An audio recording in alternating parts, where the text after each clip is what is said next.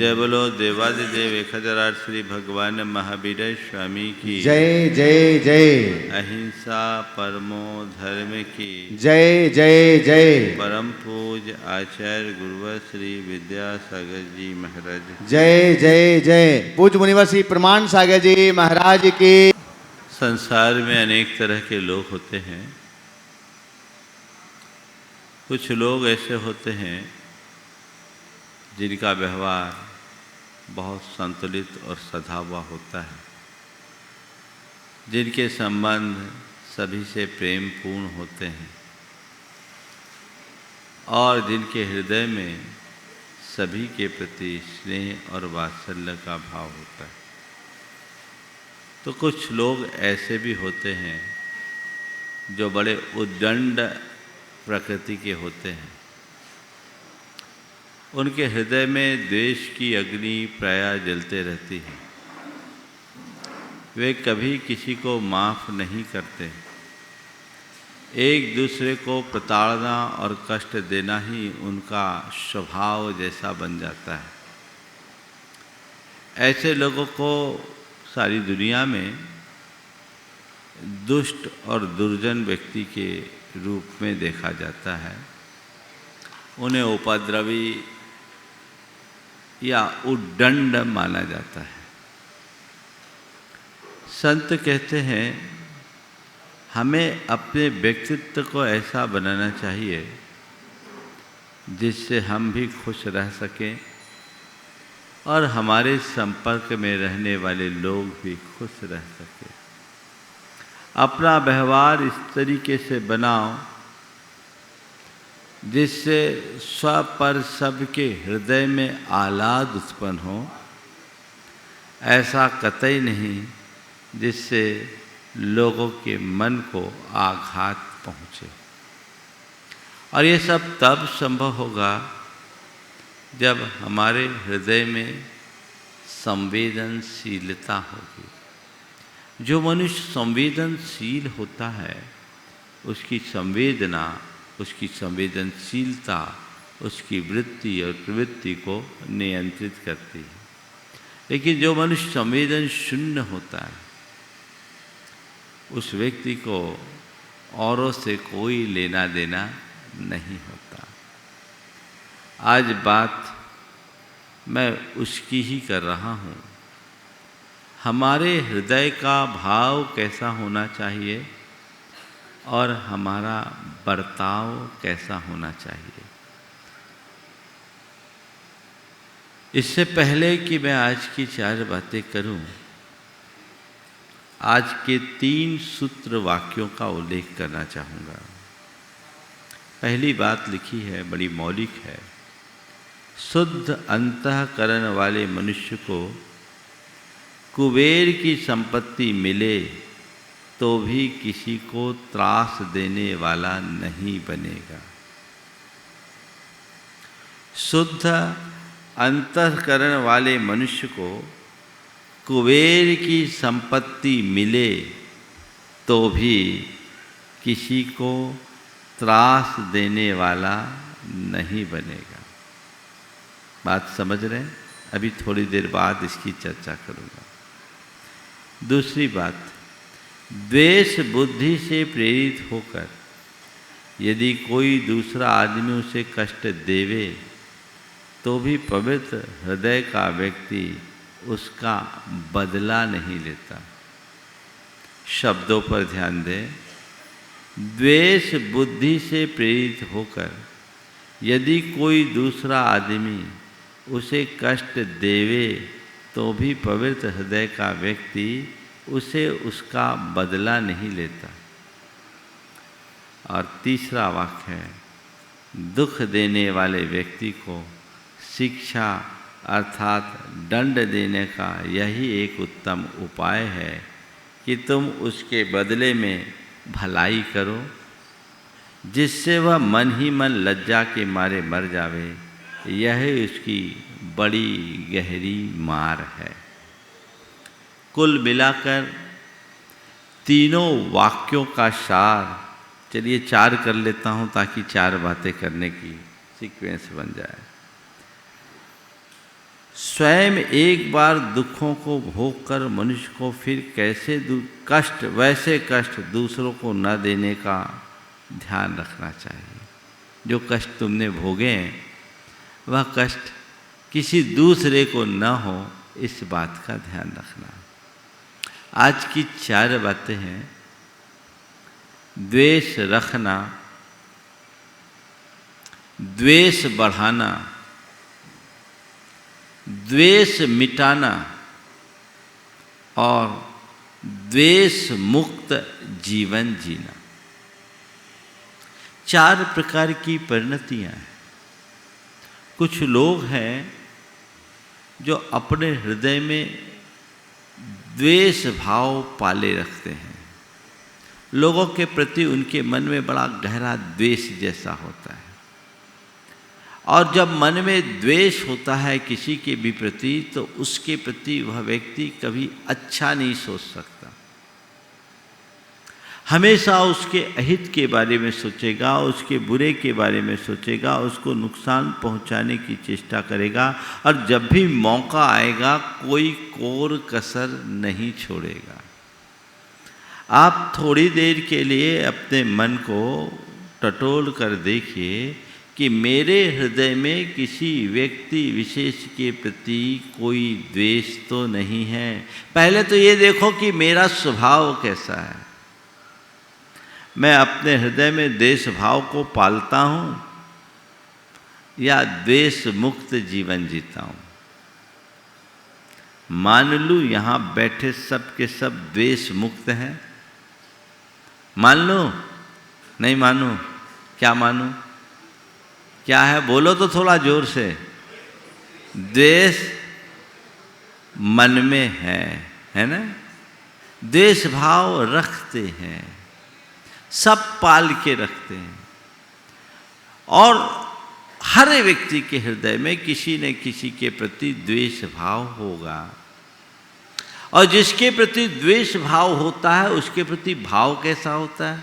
उसको फायदा हो जाए, उसकी छवि निखर जाए, उसका नाम हो जाए, क्या वो मर जाए, वो मिट जाए, उसका सत्यानाश हो जाए, कुछ ऐसी भाव है ना?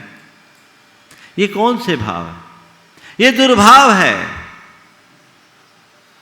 और जब ऐसा मन में द्वेष भाव पनपता है तो व्यक्ति उसे नुकसान पहुंचाने के लिए हमेशा अवसर की प्रतीक्षा करता है, क्योंकि हृदय में पलने वाला द्वेष मनुष्य के हृदय में प्रतिशोध की भावना उत्पन्न कर देती है। द्वेष से वैर होता है, द्वेष होता है तो विरोध होता है, विरोध होने से बैर होता है, और बैर होने के बाद प्रतिशोध व्यक्ति करता है, बदला लेने का भाव करता है। संत कहते हैं तुम किसी के साथ द्वेष रख करके क्या पाओगे? आग से तो आग बढ़ेगी बुझेगी थोड़ी। तुम्हारे साथ यदि किसी ने कोई बुरा बर्ताव किया भी है तो तुम उसके प्रति अच्छा व्यवहार करो, ये तुम्हारा धर्म है। द्वेष भाव मन में मत रखो।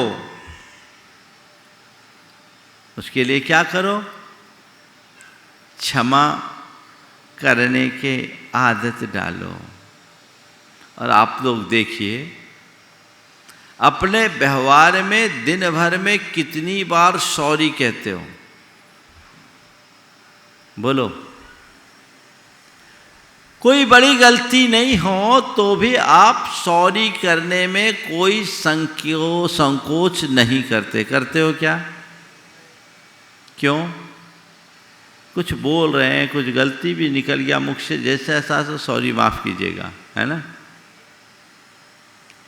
किसी के लिए भी सॉरी कह देते हो। तो मैं आपसे कहता हूं, अगर सॉरी कहने की आदत हमेशा हो तो कोई भी हो तो सॉरी मांग कर सकते हैं कि नहीं? क्षमा मांग सकते हैं कि नहीं? बोलो। और जब हम क्षमा मांग सकते हैं तो क्षमा मांगने के पहले क्षमा करने की सामर्थ्य अपने हृदय में होनी चाहिए। एक सूत्र हृदय में अंकित करके जाइए कि मेरे प्रति यदि कोई व्यक्ति कैसा भी दुर्व्यवहार करे,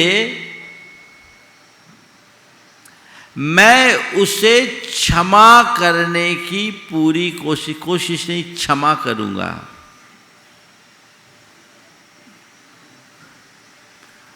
और ये बात मैं तुमसे तुम्हारे दुश्मनों के लिए नहीं कह रहा हूं, ये बात मैं उनके लिए कह रहा हूं जिससे तुमने दुश्मनी बना रखी है। बात समझ रहे हैं मैंने क्या कहा? ये बात मैं तुम्हारे दुश्मनों के लिए नहीं कह रहा हूं, ये बात उनके लिए कह रहा हूं जिनसे तुमने दुश्मनी बना रखी है। अंतर क्या है? दुश्मन उसे समझा जाता है जो हमें किसी प्रकार की भौतिक क्षति पहुंचाए, है ना, जो नुकसान करे, तुम्हारी संपत्ति का नुकसान करे, तुम्हारे स्वास्थ्य का नुकसान करे, तुम्हारी प्रतिष्ठा को धूमिल करे, वो व्यक्ति तुम्हारे दुश्मन की श्रेणी में आ सकता है। जो कभी मारे पीटे, ठीक है, अभी उनको एक तरफ कर रहा हूं, लेकिन तुमने जिनसे अपनी दुश्मनी पाल रखी है उनमें से एक भी व्यक्ति ऐसा नहीं होगा जिसने तुम्हारा धन का नुकसान किया हो, जिसने तुम्हें कोई शारीरिक प्रताड़ना दी हो, कुछ नहीं। तुम्हारे हृदय में जिनके प्रति भी द्वेष है वे सब तुम्हारे अपने हैं, पर तुमने उन्हें अपना शत्रु बना रखा है। और उनकी दुश्मनी का मूल क्या है? केवल तुम्हारे ईगो पर चोट। जो मेरे मनोनुरूप काम करता है वो मेरे लिए अच्छा, और जो मेरे मन के विरुद्ध काम किया मैं उसको डिसलाइक करता हूं। हो गया द्वेष? हाँ, हो गया द्वेष। मैं पूछता हूं यहां द्वेष रखने की कोई जरूरत है, कोई औचित्य है? किन से द्वेष? पति का पत्नी से, पत्नी का पति से, पिता का पुत्र से, पुत्र का पिता से, भाई का भाई से, देवरानी का जेठानी से, अड़ोसी का पड़ोसी से। उनसे द्वेष जिनके साथ तुम्हें रोज रहना है ना, जिनके बिना तुम्हारा काम भी नहीं चलना, फिर भी एक दूसरे को देखकर मुंह फैलाए रखना, ये कहाँ की समझदारी है? बोलो है? हाँ?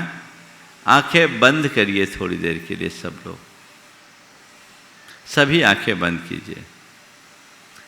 आंखें बंद करके देखिए कि मेरे मन में किनके प्रति नफरत है, किसे देखकर मुझे चिढ़ आती है। आंखें बंद रखिए।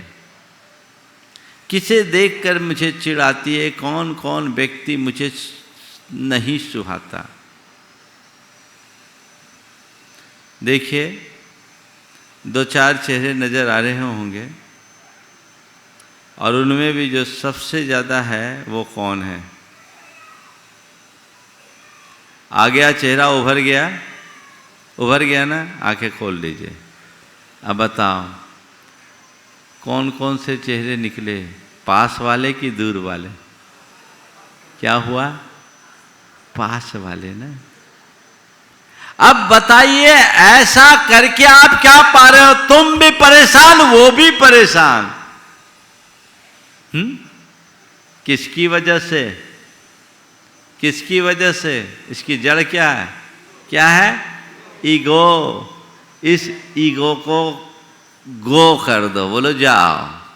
मेरा आपसी संबंधों में कोई ईगो नहीं। जो ईगो मेरे संबंध को बिगाड़ दे मैं उसको कहूंगा गो।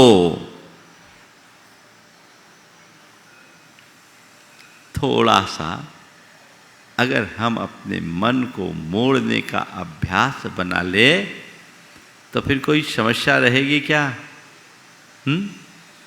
और कई बार ऐसी हास्यास्पद स्थिति हो जाती है, एक दूसरे के साथ रह रहे, एक दूसरे से बन नहीं रही है, मन में द्वेष बनाए हैं, पर एक दूसरे के बिना काम नहीं चल रहा है।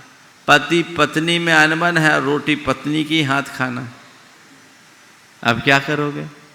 हाँ, वो भी बेमन से परोसेगी, तुम भी बेमन से खाओगे, तो भोजन होगा कि जहर? हाँ बोलो, तो ये जहर कहाँ से आया? ये जहर तुम्हारे द्वेष का। अगर एक दूसरे की बात को आपने समझ लिया और एक दूसरे को माफ करने की वृत्ति अपने हृदय में धार ली, तो फिर ये समस्या बची क्या? हमारा धर्म हमें क्या बोलता है? क्षमा रखना या द्वेष पालना? क्या सिखाता है? हाँ, क्षमा। हम लोग क्या करते हैं? करते क्या हो बोलो? धर्म और धर्म गुरु हमें ये सिखाते हैं कि कोई तुमसे कुछ भी कितना भी मिसबिहेव करे, तुम उसके प्रति क्षमा भाव रखो। ये तो तुम सुनते हो, ये तुम सीखते हो, पर करते क्या हो बोलो? आज ये हिम्मत जुटा पाओगे कि मैं शिखर जी की वंदना करने के लिए आया हूँ, इतने सारे पाप काट के जा रहा हूँ, तो मन का द्वेष भी मिटा करके जाऊंगा और सहज भाव से जीने का अभ्यासी बनूंगा। ताली बजाने से द्वेष नहीं मिटेगा भैया, है ना? तुम ताली बजा दोगे तो तुम्हारा द्वेष मिट जाएगा। कैसे मिटेगा बोलो? ताल मिलाओ, आपस में तालमेल बनाओ, सारा द्वेष खत्म। इतना सा तो खेल है, ज्यादा कुछ थोड़ी करना है। मुझे द्वेष नहीं रखना, कम से कम अपनों से द्वेष नहीं रखना। गैरों में ढूंढोगे तो 2-4 होगा, अपनों में ढूंढोगे तो 1000 होंगे, है ना? तो मुझे द्वेष नहीं रखना, और जिनके जिनके प्रति भी मेरे हृदय में द्वेष भाव है, मैं अपनी ओर से क्षमा करके उनसे क्षमा मांगूंगा। कर सकते हो ऐसा आप लोग?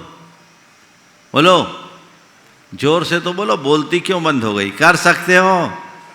हाँ जवानों, हाँ, हमने ये नहीं पूछा, हम तो ये पूछ रहे कर सकते हो कि नहीं?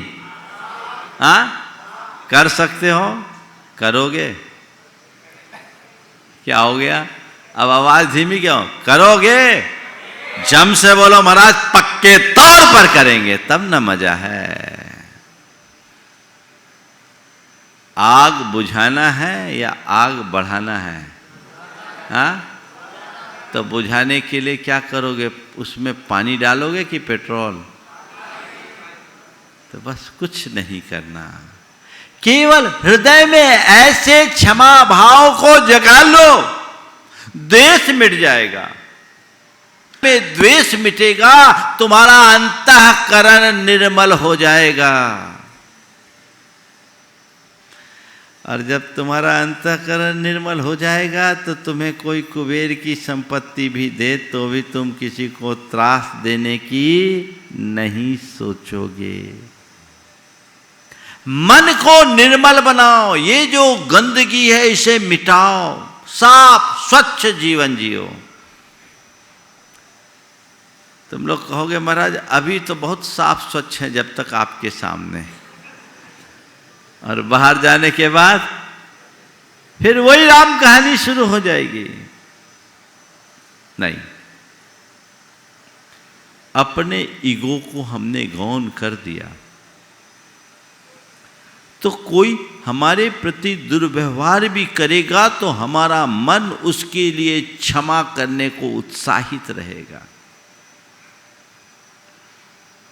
एक सत्पुरुष और एक दुर्जन में यही अंतर है।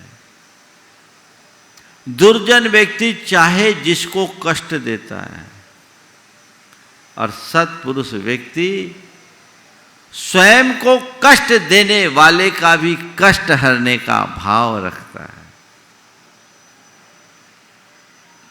समझ गए? तो हमें द्वेष नहीं रखना, द्वेष बढ़ाने की बात नहीं सोचना। तुम अगर किसी के प्रति अनमन है, मनमुटाव है, देश का भाव है, तो तुम क्या करोगे? उसका प्रतिवाद करोगे, उसके प्रति बुरा व्यवहार करोगे, बुरा सोचोगे, बुरी प्रवृत्तियां करोगे, तो फिर उससे क्या होगा? द्वेष से और द्वेष बढ़ेगा। बढ़ेगा कि घटेगा? हाँ, यही होता है ना।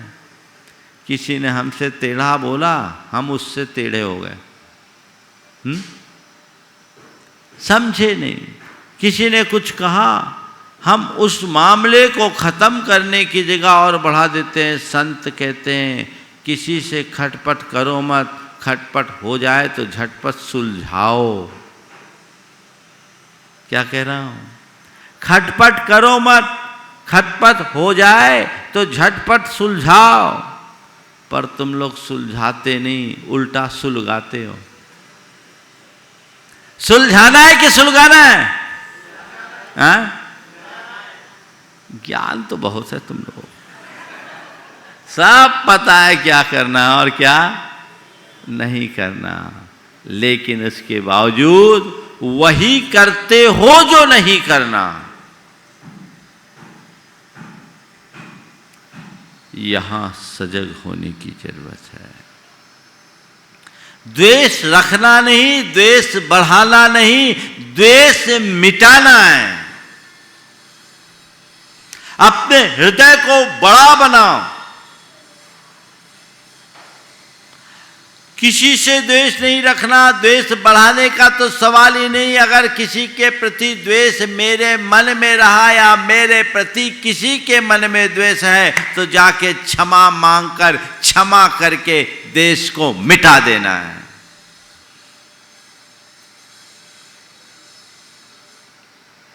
कर सकते हो?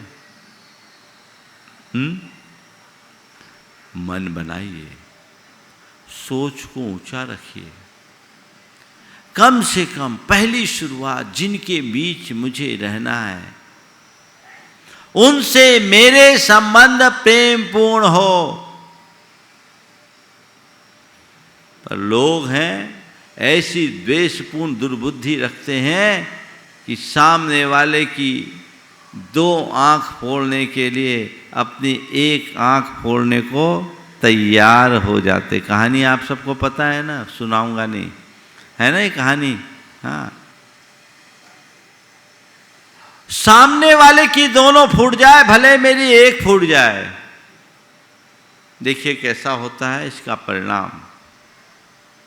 2 सगे भाई, मैं 2 प्रसंग सुना रहा हूं और दोनों मेरे संपर्कियों के साथ घटे हैं। एक द्वेष के और दूसरा प्रेम का। 2 सगे भाई, दोनों में बंटवारा हुआ। छोटे भाई के शर्तों के अनुसार बंटवारा हुआ। जैसा जैसा कहा वैसा कर दिया, लेकिन छोटे भाई का मन नहीं भरा। उसके हृदय में बड़े भाई से ईर्ष्या और विद्वेष के भाव पनपने लगे। अलग होने के बाद भी बड़े भाई ने अपना कारोबार भी अलग करना, उसका कारोबार अलग, इनका कारोबार अलग। इसका व्यापार बड़े भाई का पहले की अपेक्षा और ज़्यादा चलने लगा। बड़े भाई के बढ़ते कारोबार को छोटा भाई सह नहीं सका।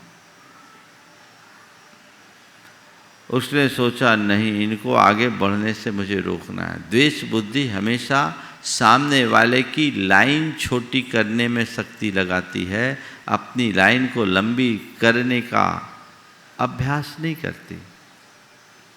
उन्होंने क्या किया? प्राइस वार करना शुरू कर दिया। समझ गए? खरीद से कम में बेचना शुरू कर दिया।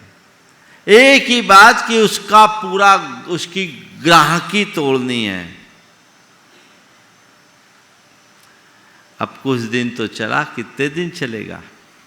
फायदा लोगों को हुआ। बड़े भाई में बहुत समझदारी थी।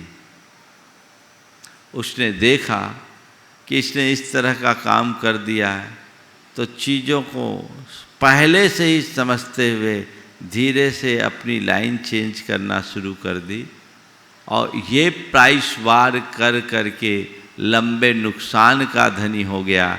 अब मार्केट में एक बार रेट गिरा दिया, कब तक टिकेगा? घर से कब तक भरेगा? वो एकदम डाउन हो गया, फिर खड़ा नहीं हो पाया। बड़ा भाई जहाँ के तहाँ खड़ा रहा। और जब ये सब कुछ हुआ तो एक दिन बड़े भाई ने उससे कहा, भैया तुम मेरे छोटे भाई हो, व्यर्थ में तुमने ऐसा किया। तुमने जो कुछ भी कहा हमने वही किया। यदि तुम थोड़ी समझदारी का परिचय दिए होते तो आज हम तुम दोनों शिखर पर होते। पर चलो, तुम्हारे मन में द्वेष रहा, तुमने ईर्ष्या का भाव रखा। आज मैं तुम्हें सहयोग देता हूँ, मैंने अपनी लाइन बदल ली। अगर तुम चाहो तो मेरे अनुभवों का फ़ायदा उठा सकते हो और अपने व्यापार को फिर से ठीक करो, क्योंकि ये व्यापार हमारा नहीं, हमारे पिताजी का है। हम नहीं चाहते कि हमारे तुम्हारे बीच में द्वेष हो। ये बात मैं तुमसे पहले भी बोल सकता था, पर मुझे लगा कि अभी समय उचित नहीं है। मैं बोलूँगा तो तुम इसे मेरी कमजोरी या मेरा कोई स्वार्थ देखोगे, पर मुझे लगा कि अब ये सही समय है और मैं तुम्हें समझाता हूँ। मैं तुमसे केवल इतना ही कहता हूँ, तुम मेरे भाई हो, छोटे भाई हो, और तुम्हारे लिए मेरे हृदय में सदैव स्थान है। छोटा भाई सुना, आँखों से आंसू की धार झरझर गिरने लगी और दोनों भाई एक दूसरे से गले लिपटकर खूब देर तक रोते रहे। जब तक द्वेष था, विनाश था, देश मिटते ही निर्माण शुरू हो गया, वो फिर से मजबूत हो गया। दोनों प्रसंग एक ही घटना में घटते दिख रहे हैं। बड़े भाई का हृदय कितना ऊंचा। आप सोचो, कोई तुम्हें नुकसान करे तो तुम माफ़ करने को तैयार हो। मैं तो उसको इस जन्म में तो माफ़ नहीं करूँगा। तो कभी न कभी तो करना ही पड़ेगा। जब तक माफ़ नहीं करोगे तो संसार में ही अटकोगे। संसार में अटकना है तो गांठ बांध के रखो, और मोक्ष जाना है तो गांठें खोल दो। माफ करने की वृत्ति हृदय में हो तो द्वेष रखना, द्वेष बढ़ाना, द्वेष मिटाना और द्वेष मुक्त जीवन जीना। किसी से भी द्वेष मत रखो, मन में द्वेष के भाव ही मत आने दो। द्वेष मुक्त जीवन जीने के अभ्यासी बनो तो हमारा जीवन धन्य होगा। जो कुछ करे उसे इस तरीके से करो कि वह उसका हृदय परिवर्तित हो जाए, वो अपने जीवन को धन्य बना सके और अपने जीवन का उत्कर्ष कर सके। ये बात हमें ध्यान में रखना चाहिए। समय आप सबका पूर्ण हो गया। यहीं पर विराम।